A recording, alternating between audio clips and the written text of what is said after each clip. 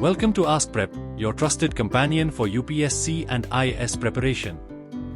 Today we will study about a very important topics of Indian geography, which is east and west flowing rivers of India, which play a significant role in the country's geography, culture, and economy.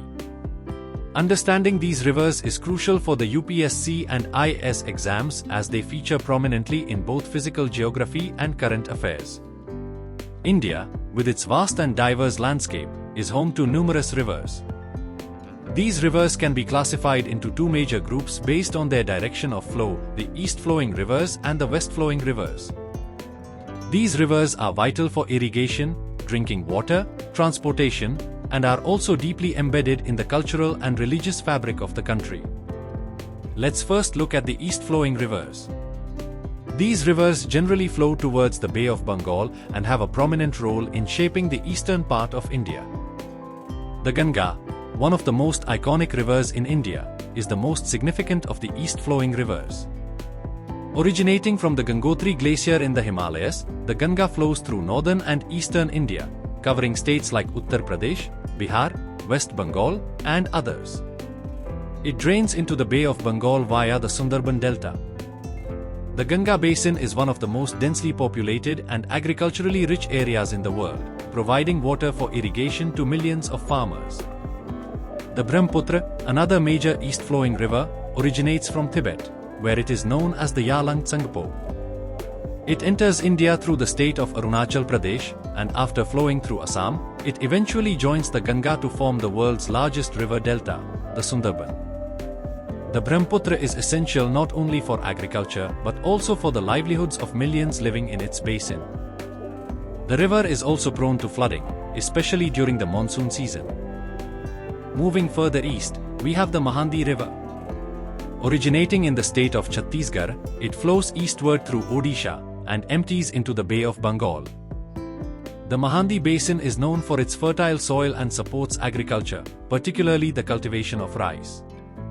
Apart from these major rivers, several other rivers such as the Suvarnarekha, Pennar, and Vaigai also flow eastwards, contributing to the region's agricultural and water needs.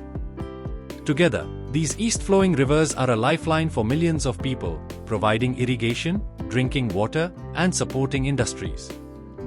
Now, let us turn our attention to the west-flowing rivers. These rivers flow westwards and drain into the Arabian Sea. Compared to the east-flowing rivers, they are shorter in length and have steeper gradients. The prominent west-flowing rivers include the Narmada, Tapi, Mahi, and Sabarmati. Next, we have the Godavari River, which is the second largest river in India. Originating in the Western Ghats in Maharashtra, the Godavari flows eastward through several states, including Maharashtra, Telangana, Andhra Pradesh, and Odisha, before emptying into the Bay of Bengal. The Godavari Basin is a major agricultural region in India, providing water for irrigation in these states. Then there's the Krishna River, which also originates from the Western Ghats and flows eastward across the Deccan Plateau. It travels through the states of Maharashtra, Karnataka, and Andhra Pradesh before draining into the Bay of Bengal. The Krishna is one of the major sources of irrigation for the region, and many large irrigation projects have been built along its course. The east-flowing rivers are generally shorter in length compared to the west-flowing rivers, but they are crucial for agriculture, particularly in regions that receive heavy monsoon rainfall. These rivers are also important for navigation and have formed fertile plains that support dense populations. Now, let's turn our attention to the west-flowing rivers. Unlike the east-flowing rivers, these rivers flow towards the Arabian Sea and are typically shorter, with more intermittent courses. One of the most prominent rivers in the western region is the Narmada. The Narmada originates from the Amarkantak Plateau in Madhya Pradesh and flows towards the west through Madhya Pradesh and Gujarat. It empties into the Arabian Sea. The Narmada is unique in its course, as it flows through a rift valley, and it is one of the few rivers in India that flows in a westward direction. The river is important for irrigation, particularly in the Narmada Valley, and many hydroelectric projects, including the Sardar Sarovar Dam, have been built along its course. Another significant west-flowing river is the Tapi or Tapti. Originating in the Satpura range of Madhya Pradesh, The Tapi flows westward through Maharashtra and Gujarat before reaching the Arabian Sea. The river is much shorter than the Narmada but is vital for the regions it passes through, providing water for agriculture and domestic use. The Sabarmati River is also a prominent west-flowing river. It originates from the Aravalli range in Rajasthan and flows southward through Gujarat. The Sabarmati is essential for the state of Gujarat, providing water for agriculture and serving as an important river for the city of Ahmedabad. The Sabarmati riverfront development has transformed the river into a key urban space, attracting tourism and improving city infrastructure. Another notable west-flowing river is the Mahi River, which originates in Madhya Pradesh and flows through Rajasthan and Gujarat.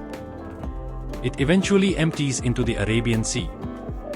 The Mahi River is important for irrigation and the generation of hydroelectric power.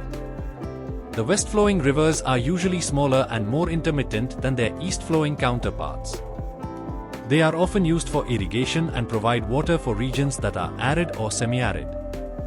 These rivers are also important for the development of various cities, particularly in Gujarat and Maharashtra, where many urban centers have developed along their banks. In conclusion, both the east and west-flowing rivers of India are crucial for the country's agriculture, economy, and social structure. The east-flowing rivers generally drain into the Bay of Bengal and have large basins that support some of the most densely populated areas in India, while the west-flowing rivers drain into the Arabian Sea and have smaller basins, but are equally important for irrigation and urban development. Understanding the geography of these rivers is essential for various competitive exams, including UPSC and IAS. They are not only important for their economic significance but also for their role in India's cultural and religious heritage. Rivers like the Ganga, Brahmaputra, Narmada, and Godavari are deeply intertwined with the life of the Indian people. Thank you. Our video on the east and west flowing rivers of India. Stay tuned to AskPrep for more such informative content to help you ace your UPSC and IAS exams.